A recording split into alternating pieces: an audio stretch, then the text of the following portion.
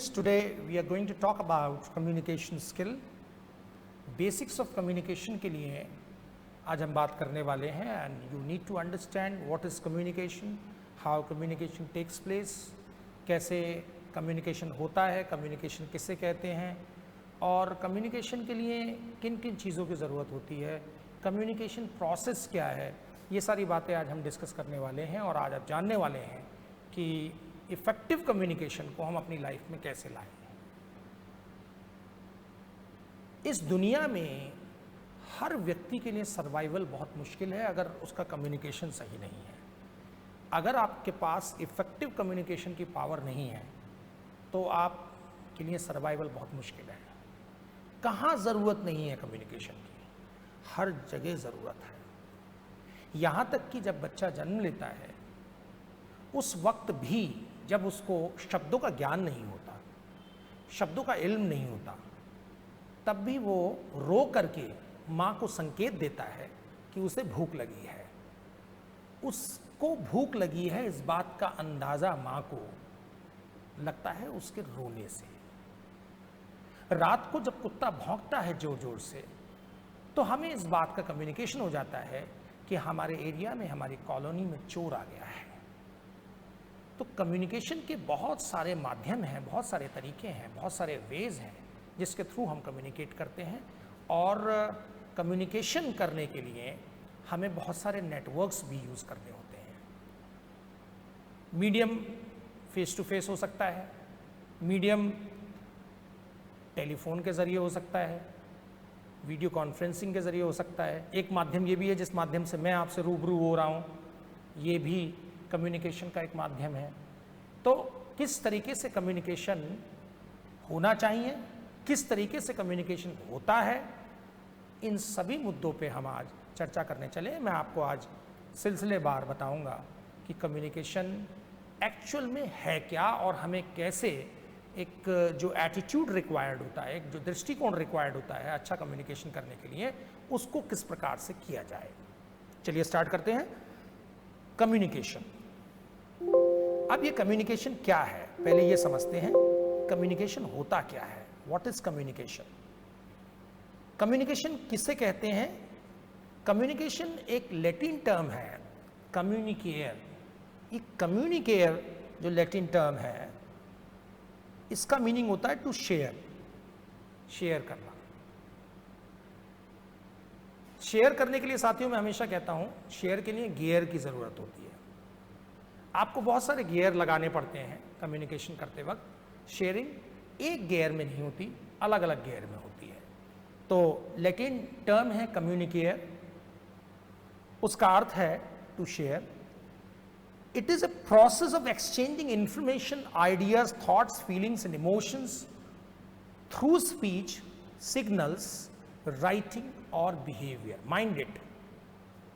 There are certain people who think, कुछ लोग हैं जो सोचते हैं कि कम्युनिकेशन शब्दों के माध्यम से, सिग्नल्स के माध्यम से, बॉडी लैंग्वेज के माध्यम से होता है। कम्युनिकेशन हमारे बिहेवियर के माध्यम से भी होता है। अगर हमारा बिहेवियर सही नहीं है तो हम कितना भी मीठा बोलें, लोग हमारी बात को समझेंगे नहीं, जानने की कोशिश नहीं करेंगे, लोग हमारी बातों पर गौर ही नहीं करेंगे। तो हमारा व्यवहार भी हमारे कम्युनिकेशन को बनाता है। तो हमारे आइडियाज़, हमारे इमोशंस, हमारे सिग्नल्स, हम लिखने के माध्यम से भी कम्युनिकेट कर सकते हैं, बोलने के माध्यम से तो कर ही रहे हैं, उससे भी कर सकते हैं, और साथ साथ हमारा बिहेवियर, हमारे एक्शंस भी हमारे कम्युनिकेशन को बनाते हैं।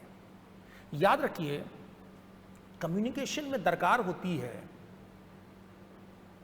मैसेज को पास करने वाले की और मैसेज को रिसीव करने वाले की। It is a two way process, it is a two way street. अगर रिसीवर नहीं है तो कम्युनिकेशन नहीं होगा। कम्युनिकेशन करते वक्त लिसनर्स या रीडर्स होना चाहिए, तभी वो कम्युनिकेशन है। In communication process a sender जो मैसेज को भेज रहा है एनकोड्स से message. You need to understand ये एनकोडिंग क्या है। What is this encoding? Encoding का अर्थ होता है, एनकोडिंग का मीनिंग होता है मैसेज को फॉर्मुलेट करना, जब हम मैसेज को बनाते हैं, तैयार करते हैं, तो उस वक्त उसके लिए उपयुक्त भाषा का प्रयोग करते हैं, उपयुक्त लैंग्वेज का प्रयोग करते हैं, चुनाव करते हैं शब्दों का, कौन से शब्द जो हैं वो हमें प्रयोग में लाने चाहिए। जब हम कम्युनिकेट करते हैं तो हमें यह सोचना पड़ता है कि किन शब्दों के माध्यम से हम अपनी बात किसी दूसरे तक पहुंचा सकते हैं। यदि मैं ऐसे शब्दों का प्रयोग करता हूं जो आपको समझ में ना आए तो ये कम्युनिकेशन नहीं है। एनकोडिंग इस लिहाज से इंपॉर्टेंट है कि हमें यह सोचना है, it is actually a thinking और प्लानिंग कि हम कौन से शब्दों का इस्तेमाल करें, कौन सी भाषा का इस्तेमाल करें, वो भाषा जो दूसरे के समझ में आए, हमारे लिसनर के समझ में आए, हमारे रीडर्स के समझ में आए। तो एनकोडिंग उसे बोलते हैं। तो पहले सेंडर क्या करता है? एनकोडिंग करता है। प्रोसेस ऑफ कम्युनिकेशन में सेंडर का पहला काम होता है लैंग्वेज का सिलेक्शन करना, शब्दों का चयन करना, एक्सप्रेशंस का चयन करना। Encodes the message and then using a medium, और उसके बाद वो मीडियम्स को यूज करता है। तो साथियों, जैसे मैं कह रहा था कि अब हमें क्या करना है, अब हमें मीडियम को तय करना है। कौन सा मीडियम, कौन सा चैनल हम इस्तेमाल करने वाले हैं, किस चैनल के माध्यम से, किस मीडियम के माध्यम से हम अपने शब्दों को प्रचारित और प्रसारित करने वाले हैं, ये हमें डिसाइड करना होगा। पहले हमने भाषा का चुनाव किया, शब्दों का चुनाव किया, एक्सप्रेशंस का चुनाव किया, और उसके बाद हमें यह तय करना है कि हम कौन से मीडियम को यूज करने वाले, कौन से चैनल को यूज करने वाले अपनी बात को रखने के लिए। हम कोई भी मीडियम अपना सकते हैं, जैसा मैंने आपको पहले बताया कि फेस टू फेस एक माध्यम हो सकता है, मोबाइल के माध्यम से मैं बात कर सकता हूं आपसे, मोबाइल नंबर डायल करके आपसे बात कर लूं, ये एक माध्यम हो सकता है। वीडियो कॉन्फ्रेंसिंग एक माध्यम हो सकता है। कौन सा माध्यम हमें चुनना है, कौन सा चैनल हमें लेना है, कौन सा हमें मीडियम अडॉप्ट करना है अपनी बात को रखने का, और कौन सा मीडियम कहां पर इफेक्टिव होगा, साथियों जज करना बहुत जरूरी है। और ये हम कैसे जज करेंगे? ये डिपेंड करता है कि हम किन से बात कर रहे हैं, किन से कम्युनिकेट कर रहे हैं, पहली चीज। दूसरी चीज, हमारा कौन सा मीडियम हमारी बात के लिए इफेक्टिव होगा। अब जैसे कॉन्फिडेंशियल मैटर है, तो कॉन्फिडेंशियल मैटर को पर्सन चाहेगा, आप चाहोगे कि आप उसको ईमेलिंग के जरिए ना करें, पत्र लिखकर ना करें, क्योंकि वो लीक हो सकता है। उसके लिए फेस टू फेस कम्युनिकेशन बहुत अच्छा रहेगा। तो ये चिंतन, ये मनन करना जरूरी है, सोचना जरूरी है कि हम कौन से माध्यम को रखें, कौन सा माध्यम हमारे कम्युनिकेशन को इफेक्टिविटी की तरफ लेके जाएगा।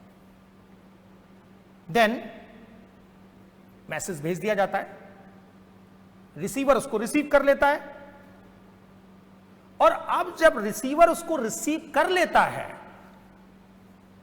तो रिसीवर रिसीव करने के बाद उसकी डिकोडिंग करता है। Now what is this decoding? ये डिकोडिंग क्या है?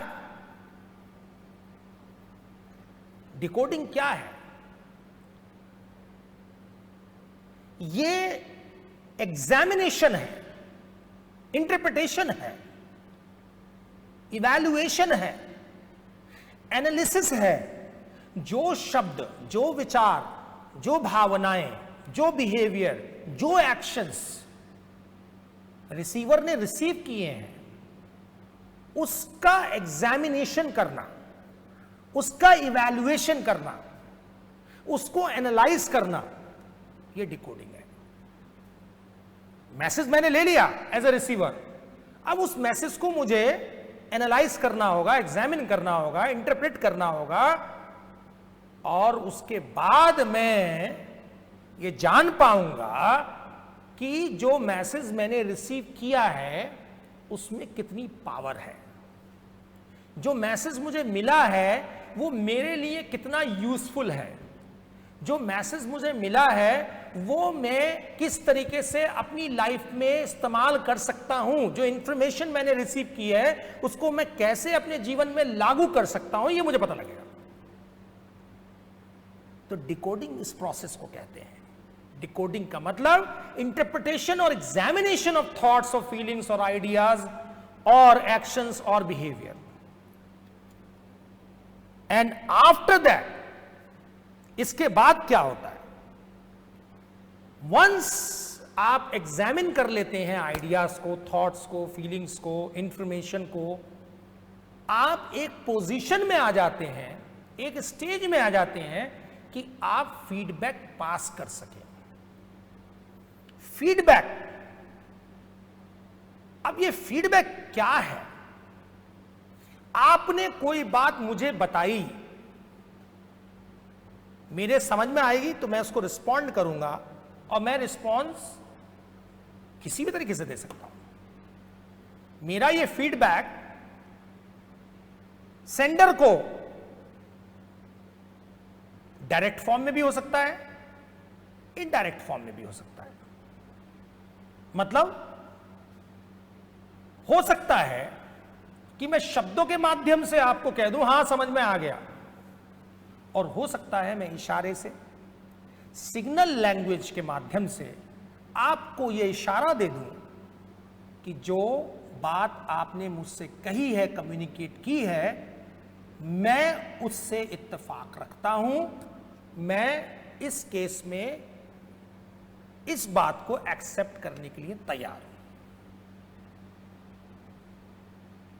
आप देखिए बहुत तरीके हैं फीडबैक देने के। मैंने कहा इनडायरेक्ट माध्यम भी होता है।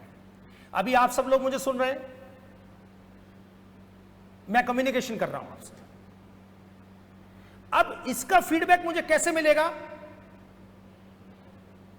आपके कमेंट्स जब मुझे रिसीव होंगे तो मुझे फीडबैक मिलेगा। वो फीडबैक डायरेक्ट नहीं है, क्योंकि मैं आप से फेस टू फेस टॉक नहीं कर रहा, आप मेरे सामने नहीं बैठे।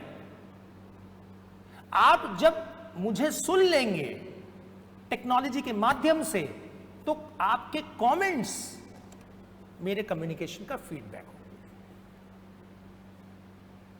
मीडिया में आप देखिए बहुत सारे चैनल्स जो हैं, बहुत अच्छे अच्छे सीरियल्स चल रहे हैं, आप देखते होंगे। वहां एक्टर्स कम्युनिकेट करते हैं। फीडबैक कैसे मिलता है? ये टीआरपी होता है ना। टीआरपी क्या है? टीआरपी फीडबैक है। तो ये जो फीडबैक है ये डायरेक्ट नहीं है, ये इनडायरेक्ट है। तो हमारा फीडबैक डायरेक्ट हो सकता है, हमारा फीडबैक इनडायरेक्ट हो सकता है, हमारा फीडबैक वर्बल हो सकता है, हमारा फीडबैक नॉन वर्बल हो सकता है। इशारों से भी आप बता सकते हैं कि आपके समझ में आया। मैं अगर क्लास में खड़े होकर पढ़ा रहा हूं तो एक स्टूडेंट अपना सर हिला दे, तो सर हिलाने से पता लग जाएगा कि कम्युनिकेशन हो गया, communication is done.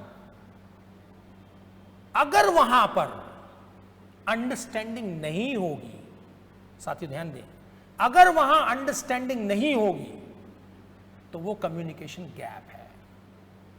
That is called communication gap. Communication gap क्या होता है ये हम आपको आगे बताएंगे। यहां एक डिस्टर्बेंस क्रिएट हुआ है। What I am trying to say, you are not getting that. जो मैं कहना चाह रहा हूं वो आपके समझ में नहीं आ रहा है, तो कम्युनिकेशन गैप है। So it means what? Communication में जो फीडबैक मिल रहा है that is positive. Positive in what way?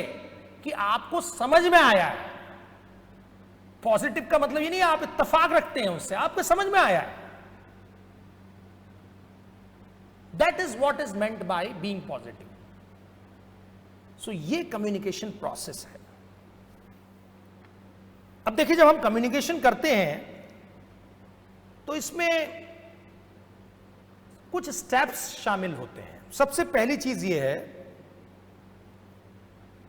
आपको फर्क पता होना चाहिए कम्युनिकेशन में और टॉक में। बातचीत में और कम्युनिकेशन में फर्क है। टॉकिंग में और कम्युनिकेटिंग में फर्क है। वो फर्क यह है कि आपकी टॉक पर्पस बेस्ड हो सकती है पर्पस बेस्ड नहीं भी हो सकती है। You may have a purpose in your talking, you may not have a purpose in your talking. हो भी सकती है, नहीं भी हो सकती। पर्पस हो सकता है, पर्पस नहीं हो सकता है। मगर कम्युनिकेशन में purpose is there, purpose is there in communication. Communication में पर्पस होता है। बगैर उद्देश्य के करी हुई बात कम्युनिकेशन नहीं कहलाती। जहां पर्पस के साथ आप वर्ड्स को शेयर कर रहे हैं, भाषा को शेयर कर रहे हैं, वहीं कम्युनिकेशन होगा। बाकी रिक्वायरमेंट्स है, फीडबैक भी होना चाहिए, एनकोडिंग डिकोडिंग सब चीजें हैं, लेकिन पर्पस इसकी सोल है, आत्मा है। तो सबसे पहला स्टेप यही है कि जब कम्युनिकेशन होता है तो उसके अंदर एक पर्पस होता है या रीजन होता है। सेकंड थिंग जो कम्युनिकेशन में इन्वॉल्व है, आपका कंटेंट, मैसेज का जो कंटेंट है वो कैसा है। शब्द, भाव, किस प्रकार के शब्दों का क्या असर होगा, किस प्रकार के भाव का क्या असर होगा, किस व्यक्ति के लिए किस प्रकार के शब्दों का प्रयोग करना चाहिए, ये सब ये आपके कंटेंट को बनाता है। शुरुआत कैसे करें, एंड कैसे करें, ये आपका कंटेंट है। हो सकता है आपकी शुरुआत बहुत तेज हो जाए, जबकि तेज की जरूरत नहीं है। आपको धीरे से अपनी बात को रखना था, क्योंकि वो जरूरत है उस सिचुएशन की, उस व्यक्ति के हिसाब से, and you are unable to do so. आप वैसा नहीं कर पाए तो कम्युनिकेशन गैप आ जाएगा। तो जो आपका कंटेंट है वो बहुत सोच समझ के डिजाइन होना चाहिए कि हम किस प्रकार के शब्दों का प्रयोग करें, किस प्रकार की भाषा शैली का प्रयोग करें, क्या हमारी वर्ड्स जो हम यूज कर रहे हैं वो बहुत टफ तो नहीं है। देखिए, शब्दों का जहां सवाल होता है, जहां हम शब्दों की बात करते हैं, क्या आसान है और क्या टफ है, इसको आप डिसाइड नहीं कर सकते। हो सकता है जो चीज आपके लिए आसान है वो दूसरे के लिए टफ हो। तो कभी ये ना कहें कि आसान शब्दों का प्रयोग करें। आसान शब्दों का प्रयोग, मेरे लिए वो शब्द आसान हो सकते हैं, दूसरे के लिए नहीं हो सकते हैं। ऐसे शब्दों का प्रयोग हो जो उस व्यक्ति के समझ में आए, तब कम्युनिकेशन होगा, वरना नहीं होगा। मुझे फ्रेंच लैंग्वेज बहुत अच्छी आती है, मैं फ्रेंच लैंग्वेज में बात करना शुरू कर देता हूं आपसे, आपके समझ में नहीं आता क्योंकि आपको फ्रेंच लैंग्वेज नहीं आती है, और फिर मैं कहता हूं फ्रेंच इज सो इजी। तो कम्युनिकेशन कहां हुआ? जब आपको नहीं आता है, जब आपको वो भाषा नहीं आती, फ्रेंच लैंग्वेज के जो वर्ड्स है उनका आपको इल्म नहीं है, नॉलेज नहीं है, क्या होने वाला? कहां से समझ में आ जाएगा? तो कंटेंट को जिस व्यक्ति से आप कम्युनिकेट कर रहे हैं उसके लेवल के अकॉर्डिंग डिजाइन करें। देन मीडियम, कौन सा मीडियम सुटेबल है, कौन सा मीडियम बेहतरीन है आपके कम्युनिकेशन को करने के लिए। राइटिंग के माध्यम से आप बहुत अच्छा कम्युनिकेट कर सकते हैं, इंटरनेट के माध्यम से बहुत अच्छा कम्युनिकेट कर सकते हैं, स्पीच के माध्यम से बहुत अच्छा कम्युनिकेट कर सकते हैं, पिक्चर के माध्यम से बहुत अच्छा कम्युनिकेट कर सकते हैं, हाव भाव के माध्यम से बहुत अच्छा कम्युनिकेट कर सकते हैं। यह आपको डिसाइड करना है। आपको देखना है कि कौन सा मीडियम बेहतरीन रहने वाला है, कौन सा मीडियम इफेक्टिव है, उसका आप चयन करें, और उसके बाद आप मैसेज को ट्रांसमिट कर दें, मैसेज को पास कर दें। एंड देन एक चीज यहां समझना जरूरी है। ये तो आपने मैसेज को तो पास कर दिया, अब मैसेज पास करने के बाद कई बार क्या होता है, बहुत सारे डिस्टर्बेंसेस इस प्रोसेस के बीच में आ जाते हैं। डिस्टर्बेंसेस जिसको हम नाम देते हैं नॉइज। किसी प्रकार का नॉइज आ जाता है। ये शोर आंतरिक भी हो सकता है, ये शोर बाहरी भी हो सकता है। कई बार इंटरनल नॉइज की वजह से भी कम्युनिकेशन ठीक नहीं हो पाता है। हम अपनी बात को दूसरों तक नहीं पहुंचा पाते और हमको लगता है हमने पहुंचा दिया, या वो व्यक्ति जो मैसेज को रिसीव कर रहा है उसके शरीर में, उसके मन में, उसकी चित्त में एक डिस्टर्बेंस होता है, एक नॉइज होता है, और उस नॉइज की वजह से वो मैसेज को रिसीव नहीं कर पाता है। उसे ज्ञान है, उन शब्दों का ज्ञान है, उन शब्दों की नॉलेज है उसे, लेकिन क्योंकि वो मेंटली फिट नहीं है, मेंटली फिट इस वजह से नहीं है क्योंकि उसके मन में एक डिस्टर्बेंस है, एक कॉन्फ्लिक्ट चल रहा है, और उस वजह से कम्युनिकेशन गैप क्रिएट होता है। तो नॉइज, अभी नॉइज नेचुरल भी हो सकता है, ट्रैफिक नॉइज भी हो सकता है, किसी प्रकार का भी फोर्स, किसी प्रकार का भी डिस्टर्बेंस। यदि आप गुस्से में हैं, इसका एक उदाहरण मैं आपको प्रस्तुत कर रहा हूं, आप गुस्से में हैं, तो गुस्से में क्या आप अंदाजा लगा सकते हैं आप किस प्रकार के शब्दों का प्रयोग कर रहे हैं? अक्सर ऐसा होता है कि गुस्से में हम बहुत कुछ उल्टा सीधा बोल जाते हैं, और जब गुस्सा शांत होता है और वो व्यक्ति हमारे सामने आता है जिससे हमने बोली हैं वो बातें, तो हम उससे कहते हैं अच्छा मैंने ऐसे शब्द बोले थे, मैंने ऐसा कहा था, यार ऐसा तो मैं नहीं कह सकता। आपका कंट्रोल खत्म हो जाता है आपकी बॉडी से जब आप गुस्से में आते हैं। तो गुस्सा क्या है, एंगर क्या है? एक डिस्टर्बेंस है ना, एक डिस्टर्बेंस है। आप के पिताजी या आपका बेटा, आप अपना एक फेवरेट प्रोग्राम टीवी पे देख रहे हैं और तल्लीनता के साथ देख रहे हैं, मग्न होकर देख रहे हैं प्रोग्राम, और आपके पिताजी आपसे कुछ गुफ्तगू कर रहे हैं, बातचीत कर रहे हैं, आपको सुनाई नहीं देगा। क्यों नहीं सुनाई देगा? क्योंकि आप पूरी तरीके से इन्वॉल्व हैं उस प्रोग्राम में जो टीवी पे चल रहा है। तो अब पिताजी की बात के लिए पिताजी अपनी बात को आप तक क्यों नहीं पहुंचा पा रहे हैं? कारण क्या है? या आप बेटे के तौर पे पिताजी तक ये बात नहीं पहुंचा पा रहे हैं क्योंकि पिताजी अपना फेवरेट प्रोग्राम टीवी पे देख रहे हैं। तो क्या कारण है? कारण है डिस्टर्बेंस। और वो डिस्टर्बेंस किसने क्रिएट किया है? उस प्रोग्राम ने जो टीवी पे चल रहा है, क्योंकि उसमें आप तल्लीनता के साथ उसे देख रहे हैं। तो उस पर्टिकुलर मैटर के लिए, उस कम्युनिकेशन के लिए, जो कम्युनिकेशन पिताजी की ओर से बेटे को हो रहा है या बेटे की ओर से पिताजी की ओर को हो रहा है, वहां पर कम्युनिकेशन गैप क्रिएट हो रहा है उस नॉइज की वजह से जो कि टीवी के द्वारा प्रोड्यूस किया जा रहा है। तो साथियों, ये noise,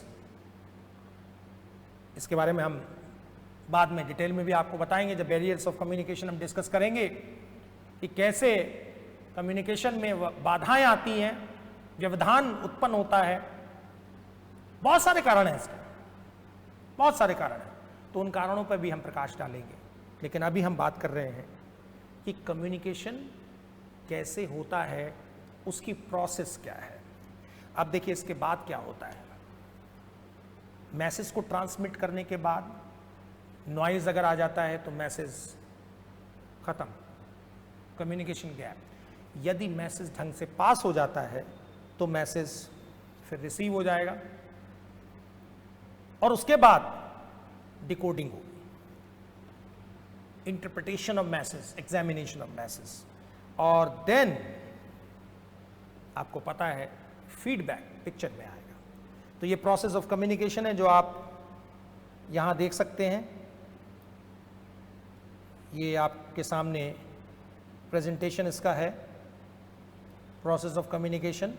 this you can see, sender है, फिर उसके बाद एनकोडिंग हो रही है, मैसेज जो है चैनल के माध्यम से जा रहा है, रिसीवर उसको रिसीव कर रहा है, फीडबैक दे रहा है, फिर वहाँ से मैसेज वापस जा रहा है, और इस बीच में यहाँ बैरियर या नॉइज भी शो हो रहा है, डिस्टर्बेंसेस जो आ जाते हैं in the process of communication.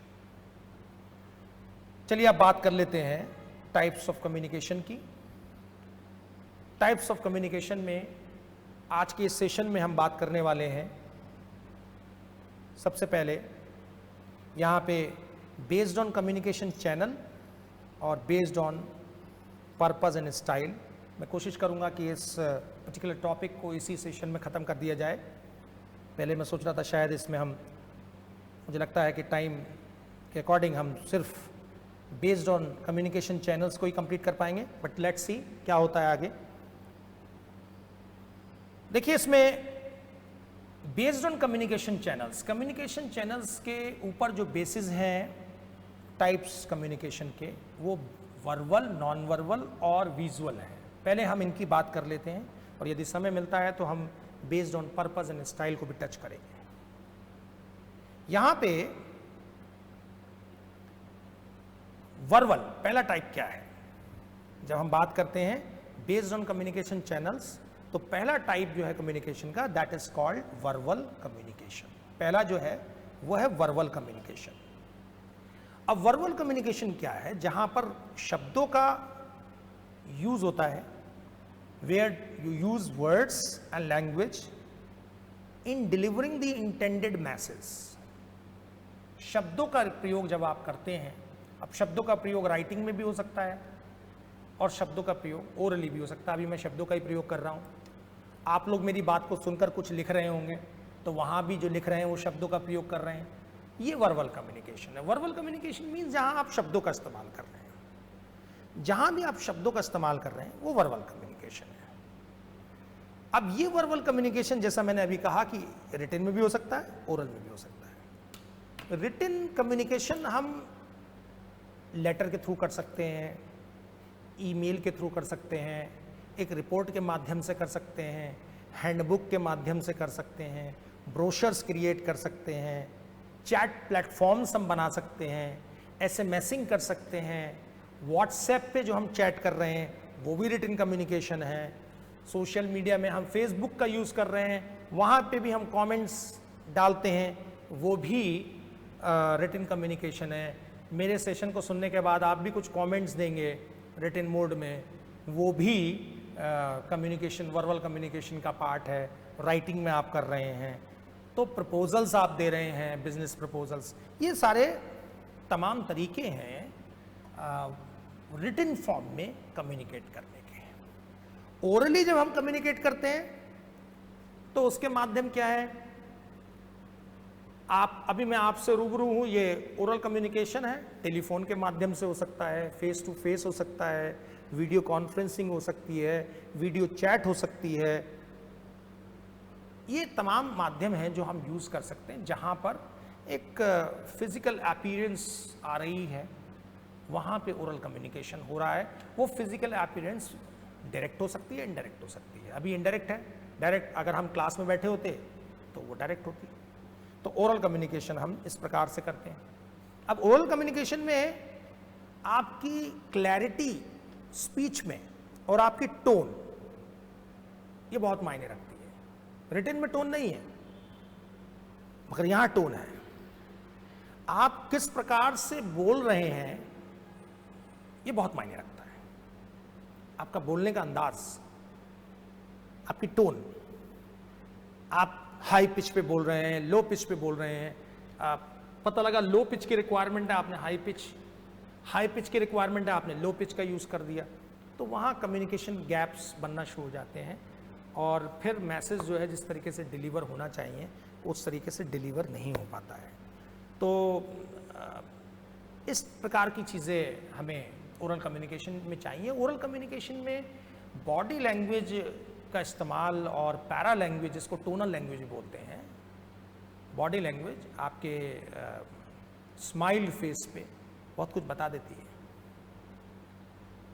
आप किस प्रकार से नज़रें इनायत कर रहे हैं, आई कांटेक्ट बना रहे हैं, बहुत मायने रखता है। वो दिखाता है कि आपके अंदर क्या स्पार्क है, क्या सब्सटेंस है लोगों को डील करने का। तो आपकी बॉडी लैंग्वेज भी ओरल कम्युनिकेशन में बहुत ज़रूरी होती है, क्योंकि ओरल कम्युनिकेशन में आप शब्दों का प्रयोग तो करते ही हैं, लेकिन शब्दों से ज़्यादा आप अपनी भाषा के माध्यम, बॉडी लैंग्वेज के माध्यम से भी कम्युनिकेट करते हैं, टोनल लैंग्वेज के माध्यम से भी कम्युनिकेट करते हैं। तो ओरल और रिटन, ये दो मोड हैं। अब दूसरा जो इसमें टाइप है, रिमेंबर हम बात किसकी कर रहे हैं, किस चीज की बात कर रहे हैं, कौन से टाइप की बात कर रहे हैं? Yes, tell me. Yes, communication channels.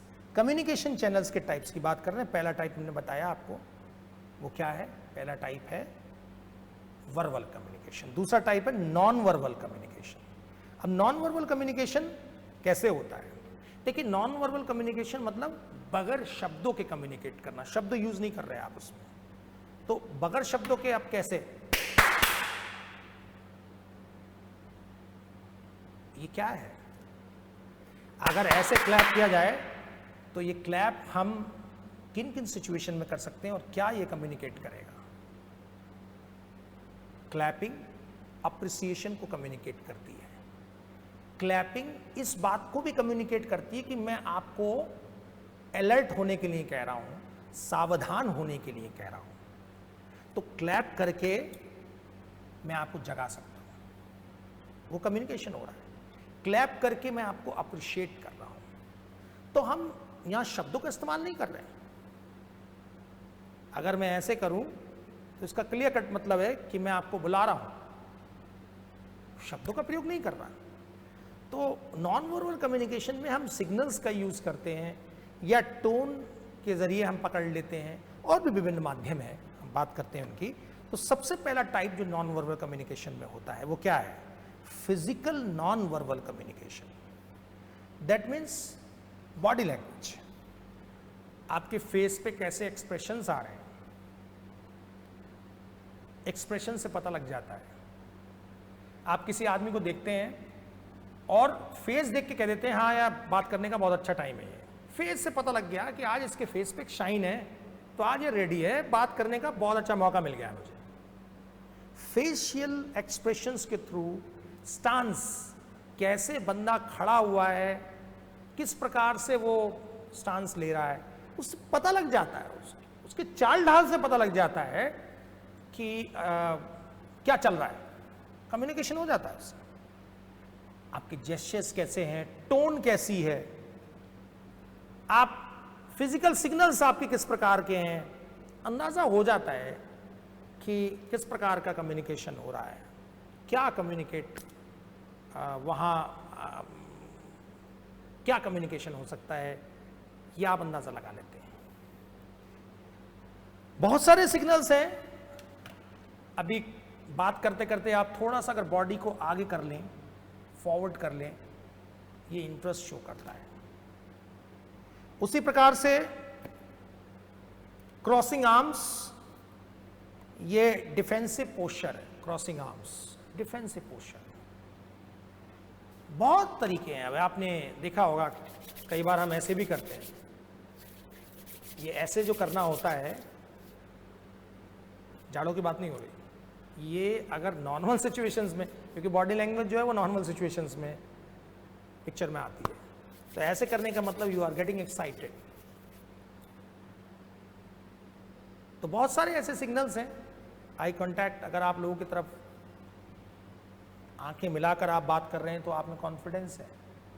आंखें अगर आपकी सही पोजीशन में है, आप दूसरे की तरफ देखते हुए बोल रहे हैं, तो इसका मतलब आप में कॉन्फिडेंस है। लेकिन आप इधर उधर देखकर बात कर रहे हैं तो it shows lack of confidence, lack of interest भी शो कर सकता है। तो ऐसे बहुत सारे जेस्चर्स, पोस्चर्स हैं जिनके माध्यम से हम पता लगा लेते हैं कम्युनिकेशन क्या हो रहा है। Then paralanguage. What is this paralanguage? Paralanguage का मतलब है टोन की लैंग्वेज। आपके शब्द के अलावा आपकी टोन, आपकी वॉइस क्वालिटी, इंटोनेशन। इंटोनेशन किसे कहते हैं? इंटोनेशन का मतलब होता है various pitch patterns which occur due to turn of emotions. जब इमोशंस बदलते हैं तो हमारा टोन भी बदलता है, हमारी पिच भी बदलती है, वो इंटोनेशन कहलाता है।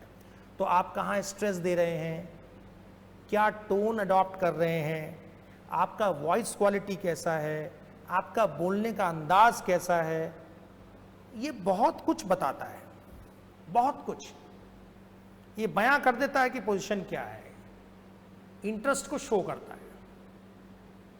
टोन के माध्यम से आप पता लगा सकते हैं। जैसे कोई व्यक्ति गुस्से में होगा तो उसकी टोन बहुत हाई होगी, तो हाई टोन से आप भले आप शब्द सुनाई ना दें आपको, आप हाई टोन से अंदाजा लगा लेंगे कि वो व्यक्ति एग्रेशन में है, हाई एग्रेशन में है, वहीं से अंदाजा लग जाएगा, शब्द की जरूरत नहीं है।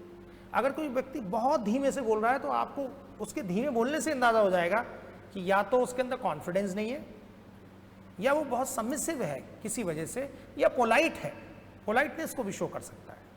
तो बहुत सारे ऐसे मैसेजेस हमें प्राप्त हो जाते हैं, रिसीव हो जाते हैं।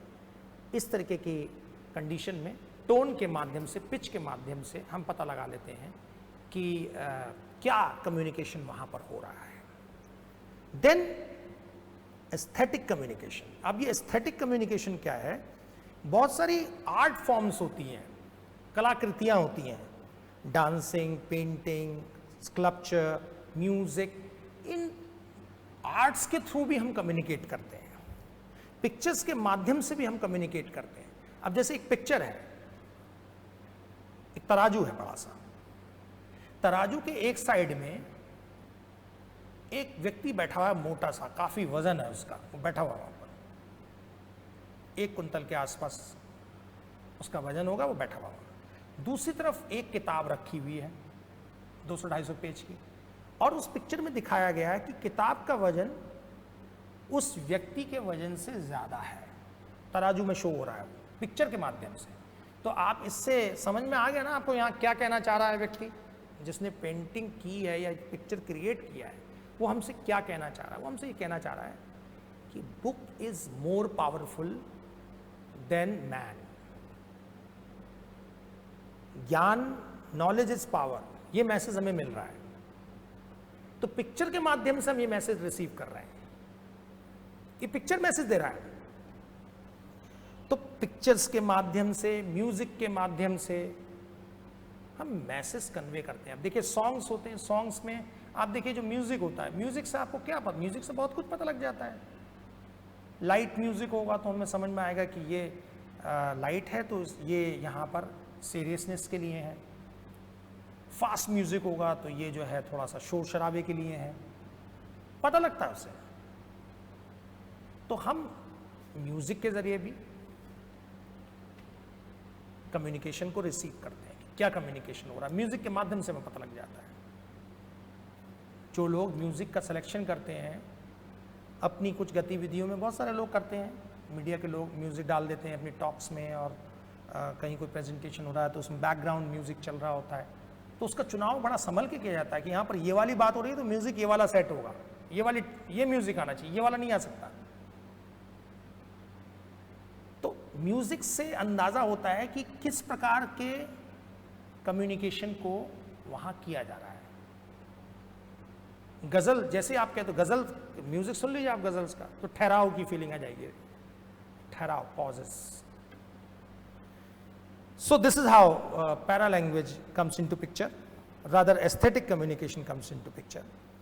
Then appearance, आप कैसे दिखते हो,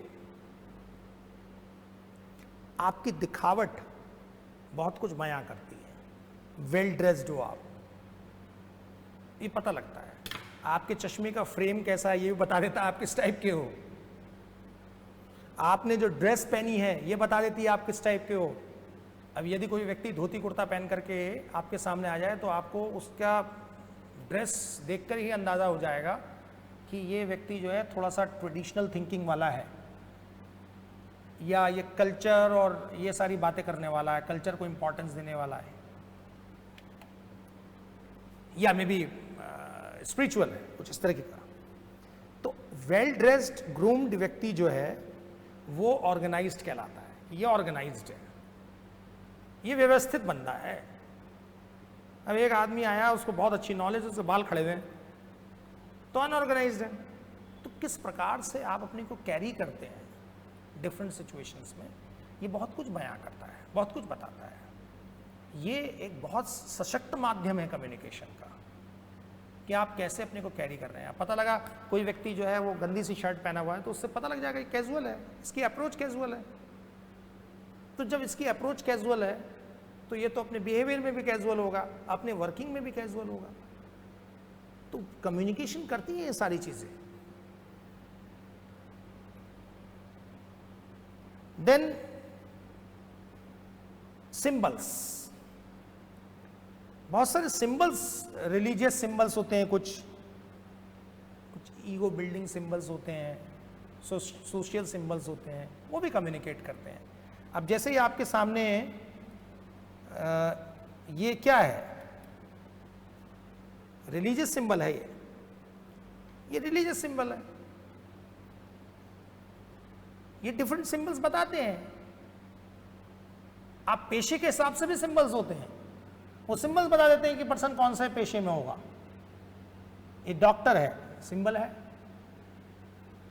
ये अभी हमने बनाया आपके सामने सतिया, ये सिंबल है प्योरिटी का, प्योरिटी का सिंबल है, स्पिरिचुअलिटी का सिंबल है।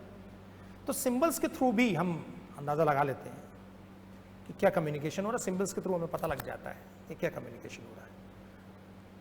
कलर, आप किस कलर की ड्रेस पहने हो, ब्राइट कलर पहने हुए, तो इसका मतलब हाँ ये बंदा मॉडर्न है, तड़कता भगता बंदा है। ये लाइट कलर का पहना हुआ, बोले ये थोड़ा सा सीरियस टाइप का है। मैं लाइट पहना हुआ, आज लाइट ही पहना हुआ मैं लाइट कलर का पहना हूं।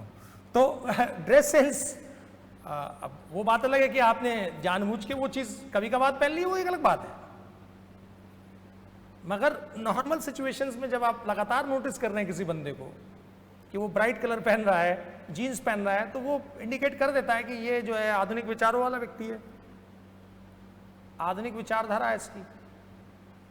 तो बहुत कुछ, आपका चश्मे का फ्रेम, जैसे मैंने पहले कहा, कैसी ड्रेस पहनी है, किस प्रकार का ट्राउजर पहना है, ये बयां कर देता है आपके व्यवहार को, आपके एक्शंस को, आपकी थिंकिंग को। कम्युनिकेशन हो जाता है इससे। इसके बाद जो थर्ड टाइप है वो है विजुअल कम्युनिकेशन। अब ये विजुअल कम्युनिकेशन मतलब विजुअल एड्स के माध्यम से भी कम्युनिकेशन हो जाता है। जैसे कुछ साइन है, ड्राइंग है, ग्राफिक है, डिजाइन है, इलस्ट्रेशन है, कलर है, कलर के माध्यम से भी, इलेक्ट्रॉनिक रिसोर्स, बहुत सारे ऐसे माध्यम हैं विजुअल्स में जो हम यूज करते हैं, जिनसे हमें बहुत कुछ पता लगता है।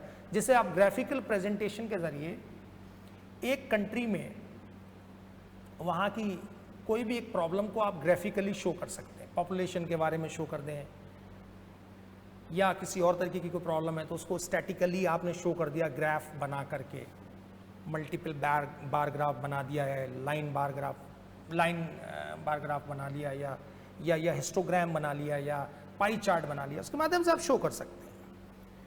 कलर्स के थ्रू भी, अब हर कलर जो है वो कुछ ना कुछ सिंबलाइज करता है, उसके माध्यम से भी आप कम्युनिकेट कर देते हैं। रेड है वो एग्रेशन को करता है, व्हाइट है वो प्योरिटी को करता है। तो डिजाइन, इलस्ट्रेशन, साइन के माध्यम से आप कम्युनिकेट करते हैं, उसको कहते हैं विजुअल कम्युनिकेशन। तो विजुअल कम्युनिकेशन भी इस्तेमाल करते हैं हम ऑफिशियल प्रेजेंटेशंस जब देते हैं, तो वहाँ विजुअल्स का इस्तेमाल करते हैं चीज़ों को एक्सप्लेन करने के लिए।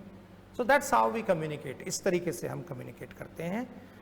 आज इस सेशन में हम इतनी ही बात करेंगे, फिर अगले सेशन में आपसे जो दूसरा टाइप है, मैं आपसे कह रहा था कि हो सकता है हम दूसरे टाइप को ले पाएँ, लेकिन अभी मैं समझता हूँ इस सेशन में हम दूसरे पार्ट को टच नहीं कर पाएंगे। जो स्ट्रक्चर के बेसिस पर टाइप्स हैं कम्युनिकेशन के, वो हम यहाँ नहीं ले रहे हैं, क्योंकि अगले सेशन में भी आपसे बहुत सारी बातें करनी है और कम्युनिकेशन के बारे में बताना है। तो आज के लिए बस इतना ही, विदा लेते हैं आपसे। Thank you so very much, आपने इस सेशन को सुना और अपनी प्रतिक्रियाएं, अपने कमेंट्स आप जिस माध्यम से भी हो सकता है, मुझे नहीं मालूम किस माध्यम से आप मुझे सुन पाएंगे इस वीडियो क्लिप के ज़रिए, बस जो भी माध्यम होता है उस माध्यम के ज़रिए अगर आपको लगता है कि आप अपने कमेंट्स दे सकते हैं तो आप अपने कमेंट्स ज़रूर दें, जिससे कि वो मुझे कमेंट्स रिसीव हों और मैं जान पाऊँ कि आपको और आपकी लाइफ में नॉलेज के जहाँ तक सवाल है नॉलेज का, उसके हिसाब से मैंने कितना इजाफा किया है या कितना आपको इसका फ़ायदा हुआ है, जो मेरे लिए बहुत ज़रूरी है। फीडबैक बहुत ज़रूरी होता है कम्युनिकेशन में, मैंने आपको बताया, क्योंकि उसके माध्यम से आप पता लगा लेते हैं कि आपको कितने एडजस्टमेंट्स करने हैं। तो मैं ये चाहता हूँ कि आपके कमेंट्स मुझे ज़रूर रिसीव हों, और कमेंट्स के ज़रिए ही मैं ये अच्छे से जान पाऊँगा कि इस सेशन से आपको कितना फ़ायदा हुआ है। Thank you so very much once again, और अगले वीडियो में फिर मुलाकात करेंगे। तब तक के लिए नमस्कार।